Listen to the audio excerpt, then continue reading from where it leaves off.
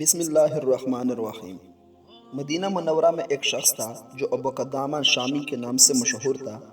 اللہ تعالیٰ نے اس کے دل میں جہاد کی محبت خوب ڈال رکھی تھی، چنانچہ وہ اکثر و بیشتر رومیوں سے لڑنے اور جہاد کرنے میں مصروف رہتا تھا۔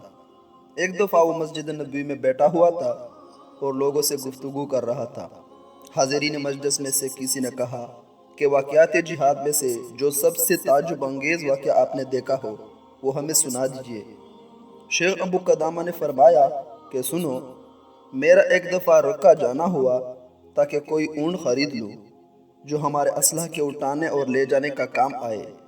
چنانچہ میں ایک دن دریائے فرات کے قریب رکہ نامی اس شہر میں بیٹھا ہوا تھا کہ اچانک ایک عورت آئی اور اس نے مجھ سے کہا کہ اے ابو قدامہ، میں نے آپ کے متعلق سنا ہے کہ آپ جہاد پر وعظ کہتے ہیں اور لوگوں کو جہاد کی ترغیب دیتے ہیں۔ میں ایک ایسی عورت ہوں کہ اللہ نے مجھے لمبے لمبے بالوں سے نوازا ہے۔ میں نے اپنے اکڑے ہوئے بالوں سے ایک رسی بٹ لی ہے اور اس پر میں نے مٹی مل لی ہے تاکہ بالوں کی بے پردگی نہ ہو۔ آپ اس رسی کو لیجئے اور جب دشمن کی سرزمین پر پہنچ جائے اور گمسان لڑائی شروع ہو جائے، تلواریں ٹکرانے لگے، تیر پھینکنے جانے لگے اور نیزے سانپوں کی طرح باہر نکل آئے، تو آپ اس رسی کو اپنے جہادی گھوڑے کے گلے میں ڈال دیں اور اسے جہاد کریں۔ اگر آپ کو خود ضرورت نہ پڑے تو کسی ضرورت مند مجاہد کو دیجیے۔ میں اس عمل سے یہ چاہتی ہوں کہ میدان جہاد کا گرد و غبار میرے بالوں کو لگ جائے۔ میں ایک بیوہ عورت ہوں، میرے شوہر جہاد میں شہید ہو چکے ہیں اور میرا کنبہ جہاد میں شہید ہو گیا ہے۔ اگر مجھ پر جہاد فرض ہوتا تو میں خود چلی جاتی، لہٰذا میری جگہ آپ میرے ان بالوں کو جہاد میں استعمال کریں۔ پھر اس عورت نے کہا، اے ابو قدامہ، یہ بات بھی سن لو کہ جب میرا شوہر شہید ہو گیا تھا تو اس نے اپنے پیچھے ایک خوبصورت لڑکا چھوڑا تھا۔ اس لڑکے نے قرآن کریم حفظ کر لیا ہے اور جہاد ٹریننگ کر کے گھڑ سوار میں خوب مہارت حاصل کر لی ہے۔ نیزے اور تیر اندازی میں غضب کا ماہر ہے۔ وہ رات بھر تہجد پڑھتا ہے اور دن بھر روزہ رکھتا ہے۔ اس وقت وہ خوب جوان ہے اور اس کی عمر 15 سال ہے۔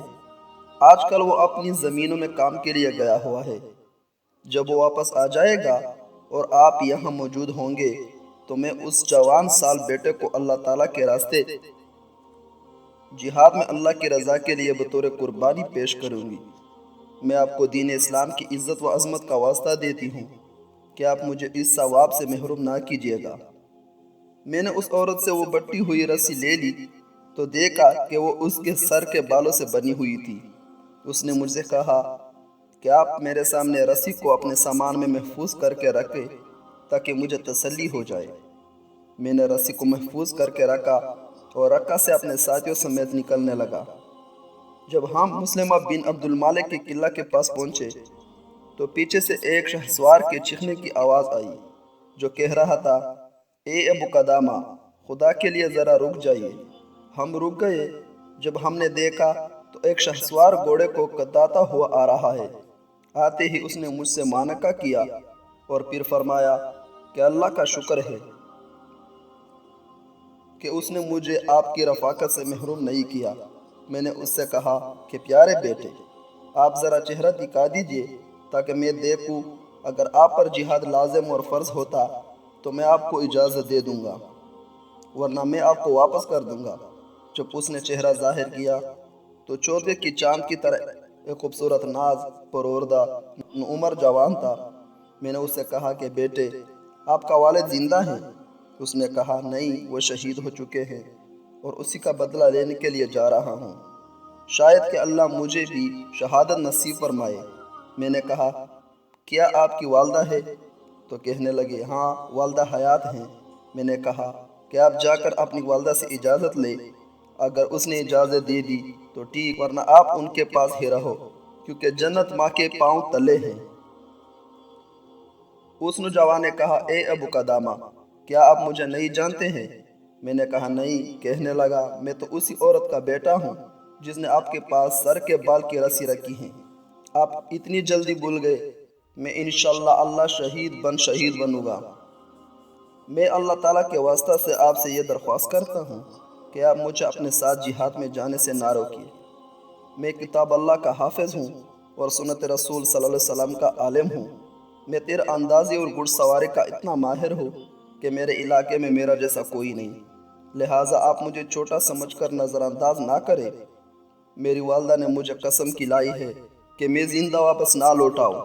والدہ نے فرمایا ہے کہ اے میرے بیٹے، جب کفار سے مڑ بھڑ ہو تو تم پشت نہ دکھانا، اللہ کے راستے میں اپنی جان اللہ کے حوالے کر دینا، اور جنت میں اللہ تعالیٰ کے پڑوس اور پیر اپنے والد کے پڑوس کی دعا مانگنا۔ جب اللہ تعالیٰ نے تم کو شہادت نصیب کی تو تم میری شفاعت بھی کرنا، کیونکہ مجھے معلوم ہوا ہے کہ شہید اپنے خاندان کی 70 آدمیوں کی شفاعت کرے گا۔ یہ کہہ کر امی جان نے مجھے سینہ سے لگا لیا اور آسمان کی طرف نظر اٹھا کر اس طرح دعا مانگی، اے میرے مولا، اے میرے آقا، یہ میرا بیٹا ہے، میرے دل کا پل اور میرے جسم کا پھول ہے۔ میں نے اس کو تیری خدمت میں پیش کر دیا ہے، اس کو قبول فرما لیجئے۔ شیخ ابو قدامہ فرماتے ہیں کہ میں نے جب اس لڑکی کی یہ گفتگو سنی تو میں بہت رویا، خاص کر اس وجہ سے کہ یہ نوعمر اور خوبصورت نوجوان تھا، اور اس وجہ سے بھی کہ اس کی والدہ کے دل پر کیا گزرے گی، اور اس کے صبر پر بھی رویا۔ اس لڑکے نے کہا، اے چاچا جان، آپ کیوں رو رہے ہیں؟ اگر میری صغر سنی پر رو رہے ہیں تو یاد رکھیے کہ مجھ سے چھوٹوں کو بھی اللہ تعالیٰ نافرمانی پر عذاب دیتا ہے۔ میں نے کہا کہ تیری والدہ کی وجہ سے رونا آتا ہے، وہ بیچاری تیرے بعد کیا کرے گی؟ خیر، ہم آگے بڑھتے چلے گئے۔ رات کو سفر مکمل ہوا اور صبح روشن ہو گئی۔ لڑکا مسلسل اللہ کے ذکر میں لگا ہوا تھا۔ میں نے جب غور سے دیکھا تو یہ لڑکا سب سے زیادہ گھڑ سواری میں ماہر تھا اور سب سے زیادہ خدمت گزار بھی تھا۔ جتنا ہم دشمن کے قریب ہوتے جاتے، یہ لڑکا اتنا ہی چست بنتا جاتا۔ دوسرے روز دن بھر سفر ہوا۔ غروب آفتاب کے وقت ہم کفار کے علاقے میں پہنچ گئے۔ ہم نے وہیں پڑاؤ ڈال دیا۔ ہم سب روزے سے تھے، چنانچہ اس نوجوان لڑکے نے ہماری افطاری کا انتظام کیا۔ وہ افطاری کی تیاری میں لگا ہوا تھا کہ نیند اس پر غالب آئی اور وہ سو گیا۔ سوتے میں ہم نے دیکھا کہ وہ نوجوان مسکرا رہا ہے۔ میں نے ساتھیوں سے کہا کہ بھائیو، ذرا دیکھو یہ نوجوان کیسے مسکرا رہا ہے۔ جب لڑکا نیند سے بیدار ہوا تو میں نے اس سے کہا کہ پیارے بیٹے، ہم نے آپ کو ابھی ہنستے ہوئے دیکھا ہے، ذرا بتائیے کیا وجہ تھی؟ تم نیند کی حالت میں کیسے ہنس رہے تھے؟ نوجوان نے کہا کہ میں نے ایک عجیب خواب دیکھا تھا، اس کی وجہ سے میں ہنسنے لگا تھا۔ خواب یہ کہ گویا میں ایک سرسبز و شاداب اور کشش باغیچہ میں ہوں۔ میں اس میں گھوم رہا تھا اور لطف اٹھا رہا تھا۔ اچانک میں نے وہاں ایک عالیشان محل دیکھا جو چاندی، جواہرات اور موتیوں سے بنا ہوا تھا۔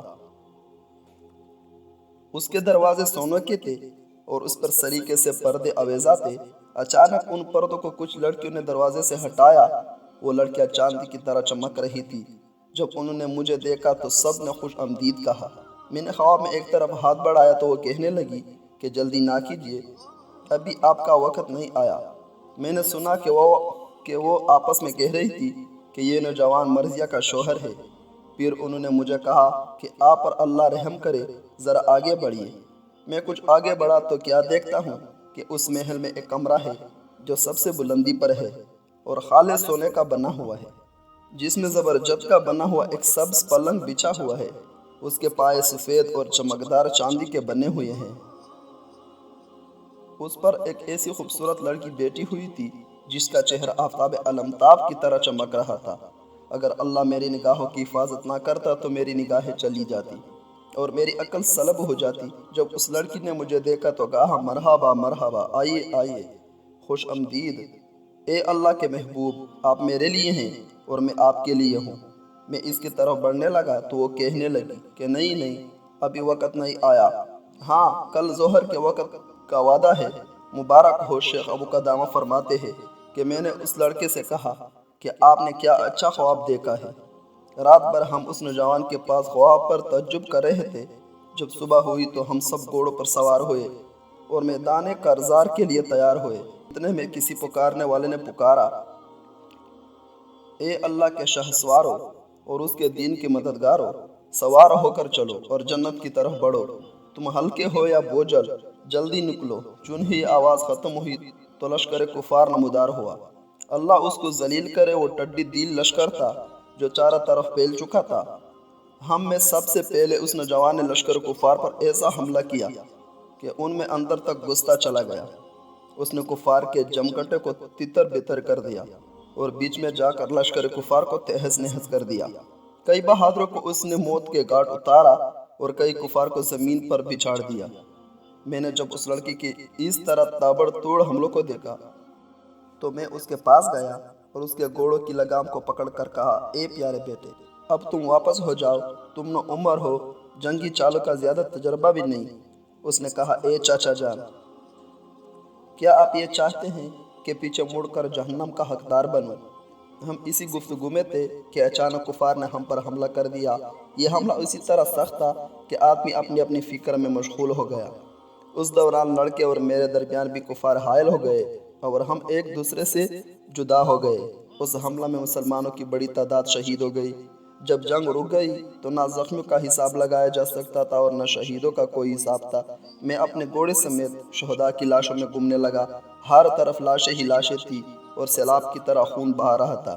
شہداء کے چہرے خون و غبار کی وجہ سے پہچانے نہیں جاتے تھے۔ میں گھوم ہی رہا تھا کہ اچانک ایک کوز میں پڑا ہوا دیکھا جو گھوڑوں کے سیموں کے نیچے کچلا پڑا تھا اور اس کے چہرے اور جسم پر غبار لگا ہوا تھا اور وہ اپنے آخری سانس میں کہہ رہا تھا، اے مسلمانوں، خدا کے لیے میرے پاس میرے چچا ابو قدامہ کو بھیج دو۔ میں نے جب اس کی آواز سنی تو اس کے قریب آیا، دیکھا تو اپنے خون کے عوض میں الٹ پلٹ ہو رہا تھا۔ کثرت خون و کثرت غبار اور گھوڑوں کے کچلے جانے کی وجہ سے اس کو نہیں پہچان سکتا تھا۔ میں نے اس سے کہا، ہاں میں ابو قدامہ ہوں۔ اس پر لڑکے نے کہا کہ چاچا جان، رب کعبہ کی قسم، خواب کی تعبیر سچی نکلی۔ میں اس کے چہرے پر جھک گیا اور پیشانی پر بوسہ دیا اور اس کے چہرے سے مٹی اور خون اپنی چادر سے صاف کرنے لگا اور کہا کہ اے پیارے بیٹے، مجھے اپنی شفاعت میں قیامت کے روز نہ بھولنا۔ نوجوان نے کہا کہ آپ جیسے محسن کو بلایا نہیں جا سکتا۔ آپ اپنی چادر سے میرے خون کو کیوں پونچھتے ہیں؟ میرا اپنا کپڑا زیادہ مناسب ہے کہ اس سے میرا خون پونچھا جائے۔ پھر اس نوجوان نے کہا کہ اے چاچا جان، یہ خون چھوڑ دیجئے کہ میں اپنے رب کے ساتھ اسی خون میں ملاقات کروں گا۔ خواب میں جس کو میں نے دیکھا وہ سامنے کھڑی ہے اور میری روح نکلنے کی انتظار میں ہے اور مجھ سے کہہ رہی ہے کہ میں مشاق دیدار ہوں، جلدی سے میرے پاس آ جائیے۔ اے چاچا جان، میں آپ کو خدا کا واسطہ دیتا ہوں کہ اگر اللہ تعالیٰ نے آپ کو صحیح سالم واپس لوٹا دیا تو آپ میرے یہ خون کو آلودہ کپڑے میرے مسکین اور غمگین والدہ تک پہنچا دیں، تاکہ ان کو معلوم ہو جائے کہ میں نے ان کی وصیت کو پورا کر دیا ہے اور مشرکین کے مقابلے میں کسی بزدلی سے کام نہیں لیا۔ آپ ان کو میرا سلام پہنچا دیجئے اور ان سے کہہ دیجئے کہ اللہ تعالیٰ نے ان کی قربانی کو قبول کر لیا۔ اے چاچا جان، میری ایک چھوٹی سی بہن ہے جس کی عمر 10 سال ہے۔ میں جب بھی گھر سے باہر جاتا تو وہ مجھے رخصت کرتی اور جب بھی گھر پر آتا تو وہ سب سے پہلے مجھے ملتی اور سلام کرتی۔ اس دفعہ جب میں آ رہا تھا تو اس نے مجھے رخصت کرتے وقت کہا کہ بھائی جان جلدی واپس آئے گا، دیر نہ کیجیے گا۔ میرے اس بہن سے جب آپ کی ملاقات ہو جائے تو اس سے میرا سلام کہے گا اور پھر یہ کہنا کہ آپ کا بھائی جان کہتا ہے کہ خدا حافظ، قیامت میں ملاقات ہوگی۔ یہ کہہ کر اس نوجوان نے کلمہ شہادت پڑھا اور جان افری رب العالمین کے حوالے کر دی۔ ہم نے اس کو انہی کپڑوں میں دفنا دیا اور واپس ہو گئے۔ جب ہم اس غزوہ سے فارغ ہو کر واپس رکہ پہنچے تو میں اس نوجوان کے گھر گیا، دیکھا تو اسی کی طرح اس کی خوبصورت ننھی منھی معصوم بہن دروازے پر کھڑی ہے اور غزوہ سے واپس لوٹنے والوں سے پوچھ رہی ہے کہ میرے بھائی کو آپ لوگوں نے نہیں دیکھا؟ لوگ جواب دیتے کہ ہم ان کو نہیں جانتے ہیں۔ جب میں اس بچی کی طرف بڑھا تو کہنے لگی کہ چاچا جان، آپ کہاں سے آئے ہیں؟ میں نے کہا میں جہاد سے لوٹ کر آیا ہوں۔ وہ کہنے لگی میرا بھائی لوٹ کر نہیں آیا۔ یہ کہہ کر چیخ اٹھی اور کہا کہ سب لوگ آ گئے، میرا پیارا بھائی کیوں نہیں آیا؟ میں نے اس بچی کے رونے کو قابو کیا اور اس بچی سے کہا کہ اپنی جان کو جا کر کہہ دو کہ دروازہ پر ابو قدامہ آیا ہے، ان سے بات کرو۔ میری اس گفتگو کو اس خاتون نے سن لیا اور فوراً باہر آئی اور اس کے چہرے کا رنگ فوق ہو گیا تھا۔ میں نے سلام کیا، اس نے سلام کا جواب دیا اور کہا اے ابو قدامہ، یہ بتائیے کہ آپ خوشخبری لے کر ہمارے پاس آئے ہیں یا غم کی خبر لے کر آئے ہیں؟ میں نے کہا کہ پہلے خوشخبری اور غم کی خبر کی وضاحت کرے۔ تو اس نے کہا اگر میرا بیٹا صحیح سالم واپس آ گیا ہے تو یہ غم کی خبر ہے، اور اگر اللہ تعالیٰ نے اس کو شہادت سے نوازا ہے تو یہ خوشی کی خبر ہے۔ میں نے کہا مبارک ہو، اللہ تعالیٰ نے تیرا ہدیہ اور قربانی کو قبول کر لیا ہے اور تیرا بیٹا شہید ہو چکا ہے۔ کہنے لگی کہ اللہ تعالیٰ نے اس سے قبول کر لیا؟ میں نے کہا ہاں قبول کر لیا۔ کہنے لگی شکر الحمدللہ، یہ میرا آخرت کا سرمایہ بن گیا۔ پھر میں نے اس نوجوان کا پیغام اس کی بہن تک پہنچایا کہ سلامت رہو بہن، خدا حافظ، قیامت میں ملاقات ہوگی۔ لڑکی نے جب یہ پیغام سنا ایک چیخ ماری اور بے ہوش ہو کر گر پڑی۔ میں نے جب اس کو ہلایا تو وہ مر چکی تھی۔ میں نے لڑکے کے خون آلودہ کپڑے اس کی والدہ کے حوالے کیے اور زخمی دل اس کے گھر سے واپس لوٹ آیا۔ اس عورت کے صبر پر اب تک تعجب ہو رہا ہے۔ اس سے حاصل یہ ہوتا ہے، چنانچہ اس واقعے سے ہمیں یہ سبق ملتا ہے کہ ہم بھی شہادت کی تمنا رکھیں اور دنیا کی محبت میں متعلق ہونے کے بجائے آخرت کی محبت کو سامنے رکھیں۔